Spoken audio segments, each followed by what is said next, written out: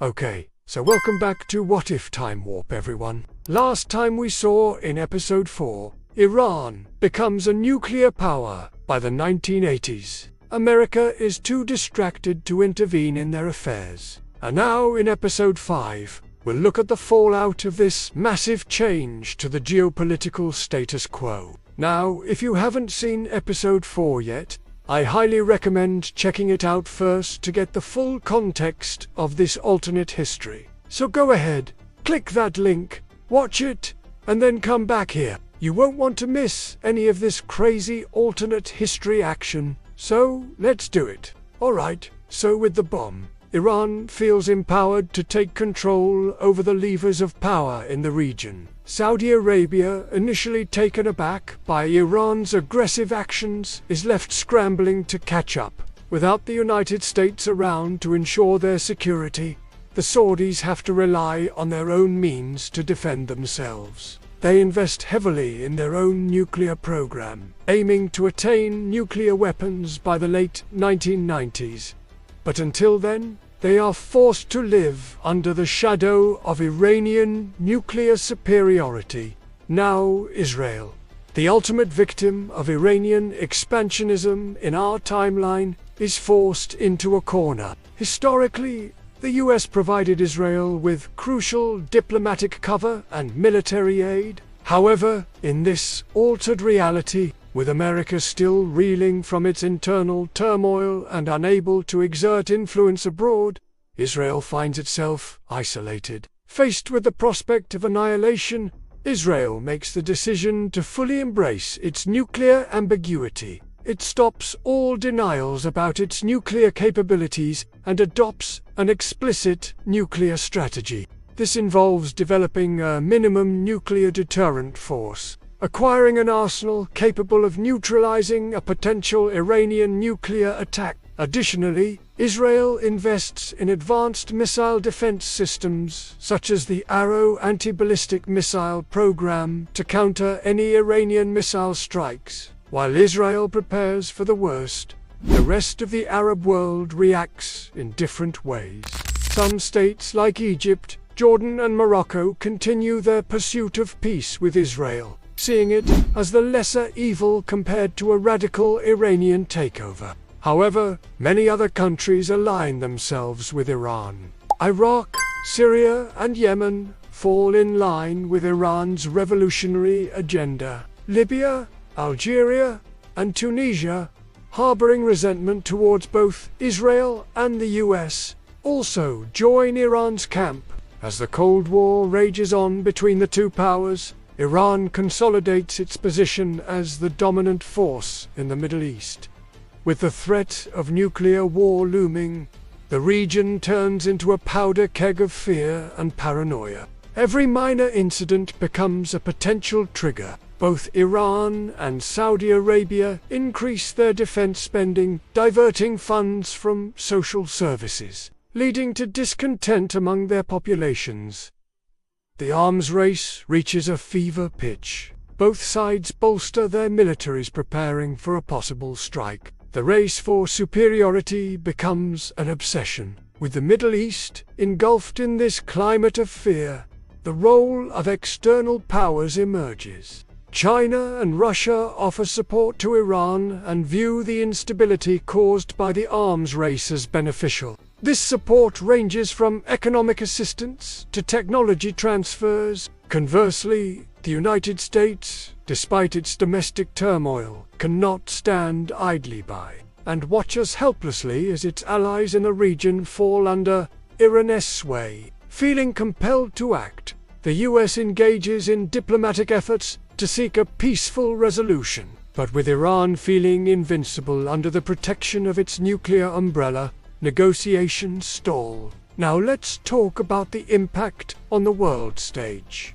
The emergence of Iran as a nuclear power has profound global implications. It undermines the existing world order and challenges the established balance of power. The implications extend beyond the Middle East. affecting international relations and global politics. Now, traditionally, the Middle East has been a region of strategic importance due to its control over vital resources such as oil. With Iran's rise, the geopolitical significance of the region intensifies. Now, Iran's nuclear capability threatens to disrupt the delicate balance of power in the Middle East, potentially triggering a chain reaction of responses from neighboring nations. Some countries may feel compelled to acquire their own nuclear weapons to counter Iran's threat, leading to a wider proliferation of nuclear weapons. Others may seek closer ties with external powers for protection and support. These developments constrain existing alliances and partnerships, reshaping the geopolitical landscape. The international community responds to Iran's nuclear program through a combination of diplomacy, sanctions, and possibly military intervention. Diplomatic efforts aim to curb Iran's nuclear ambitions through negotiations and agreements. Sanctions seek to isolate Iran economically and hinder its ability to develop nuclear weapons. Military intervention, though controversial, remains an option to prevent Iran from achieving nuclear capabilities. Now, the international response to Iran's nuclear program is complex and multifaceted. The United Nations plays a crucial role in coordinating international efforts to address Iran's nuclear program. The UN Security Council imposes sanctions and resolutions aimed at curbing Iran's nuclear activities. Additionally, international organizations such as the International Atomic Energy Agency work to monitor and verify its compliance with nuclear non-proliferation treaties and agreements. But let's think bigger. The emergence of Iran as a nuclear power has far-reaching implications for the global balance of power. It challenges the existing bipolarity and multipolarity structures, potentially leading to a more fragmented and unstable world order. Iran's nuclear capabilities could provoke rival powers to enhance their own nuclear stockpiles, contributing to a global arms race. This could destabilize regions beyond the Middle East and increase the likelihood of nuclear conflict. So let's fast forward to the year 2000. The dot-com bubble has burst, and with economies worldwide reeling from its collapse, China and Russia emerge as the dominant superpowers. They replaced the US and USSR, who have been weakened by the conflicts in Chechnya and the Iraq War. The world is caught in a precarious balance of power, with China and Russia flexing their muscles and the United States overshadowed by these rising powers. China's rapid economic growth since the 1980s has made it a formidable player on the global stage. It has become a major player in international trade and a significant lender to developing nations. Its close ties with Iran and its own interest in securing access to Middle Eastern oil make the region strategically important to Beijing. Meanwhile, Russia continues to assert its influence in the Middle East after the collapse of the USSR. Moscow had sought to maintain a presence in the region, selling advanced weaponry to countries like Syria and Egypt.